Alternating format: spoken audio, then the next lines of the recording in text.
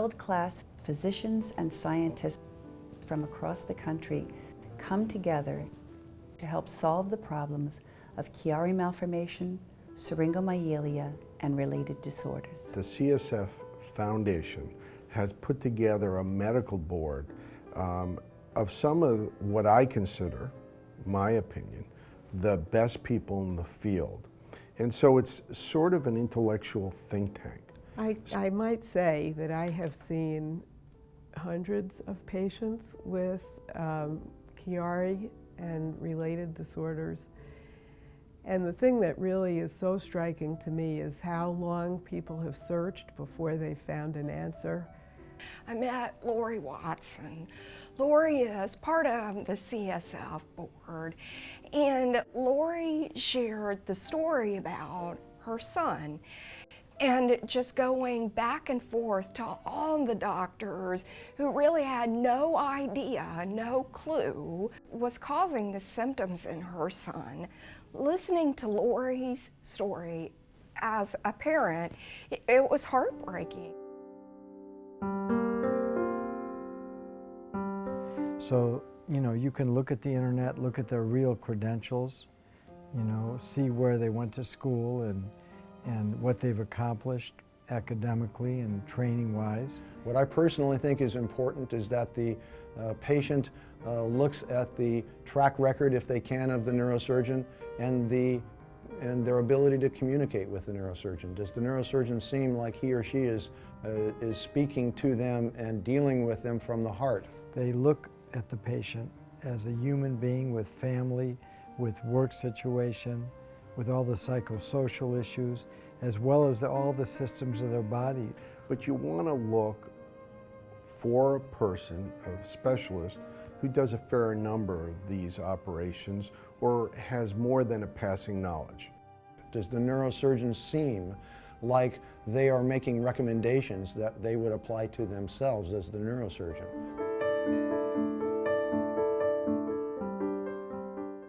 Patients and their caregivers demanding to know what the issues are so they can be part of the decision-making complex, that they can participate and bring their own values, their own preferences into decision-making part. I think the questions to ask are, what is the problem? How do you know that this is the problem? What can be done for the problem? And what are the simple and are there any simpler ways of dealing with it other than surgery? And can I treat it conservatively? What are the consequences of treating it conservatively or not operatively? And what are the complications associated with surgery? And you need for the surgeon to help you assess the risks and benefits. And that's what the discussion, the counseling is all about. And even surgical management of some patients, it's important for us to make clear to them that even if we can stop the progression of syringomyelic cavities, the collapse of some of these cavities can sometimes bring increasing neuropathic pain as a complication just of collapsing these cavities. There's a team that treats patients with Chiari and or Syringomyelia. Well, I think it's very important to be able to seek treatment not only from a skilled physician, but to be able to evaluate, does he believe in the team approach, multidisciplinary? And so the practice should look like it has a comprehensive nature to it, not just the neurosurgeon. Do they have mechanisms of dealing with the other problems associated with Chiari malformation and Syringomyelia?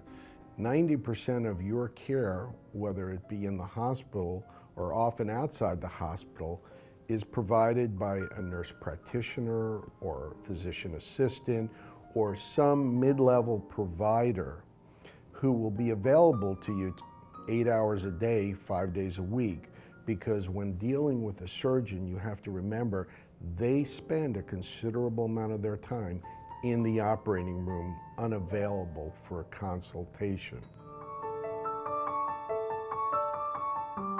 So I tell every family, even after they see me, please go out and get a second opinion. Any doctor who tells you not to get a second opinion should walk out of his office or her office and never come back again. Second opinion is always something that I think is good. I encourage patients to get second opinions. And before you undergo any therapy, whether it's surgical or medical, you want to be confident that what you're doing is the right thing to do. I would caution people about second opinions because you should be just as careful in selecting the person who gives the second opinion as the one that gives the first opinion. And so it is, you do have to understand that if you get a second opinion, it might be a second opinion. It might be a different opinion from the one that you got the first time, and then you're faced with deciding who you believe. The question of treating patients who come in with a diagnosis of Chiari malformation or Syringomyelia is a very complicated one. When in the setting of a Chiari on the MRI, is it clinically significant? Because there's some patients who have Chiaris who are not symptomatic, and other patients who have Chiaris who are terribly symptomatic. And so making the decision about when surgery is necessary and what surgery is necessary, all of those things are still big questions.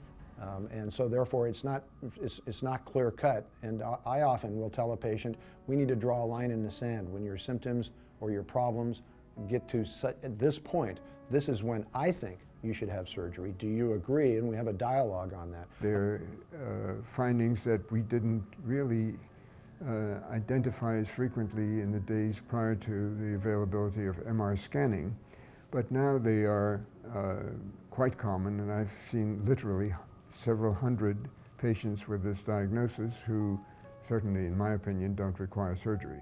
The patient needs to fully understand what would happen if no surgery was done. Are there any alternatives to surgical intervention? And what will happen as a result of complications that might occur in surgery?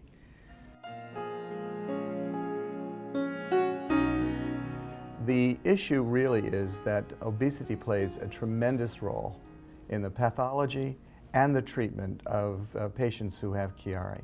So we look at really ways to develop physical medicine strategies, weight loss, dietary control. If you have a body mass index of 35 or 40, and you can get those from any of the websites that have it, and you have the signs and symptoms of Chiari, you should really commit to weight loss. Even to the point of involving bariatric surgery programs to control weight, because it's not uncommon for a patient sometimes to be 50, 60 pounds overweight. I always push hard for them to have bariatric surgery before they have the Chiari decompression, just because the chance of failure is so high and the risks are so high in that population. I've found that it often turns out that after they've lost the weight, they don't need the treatment for the Chiari.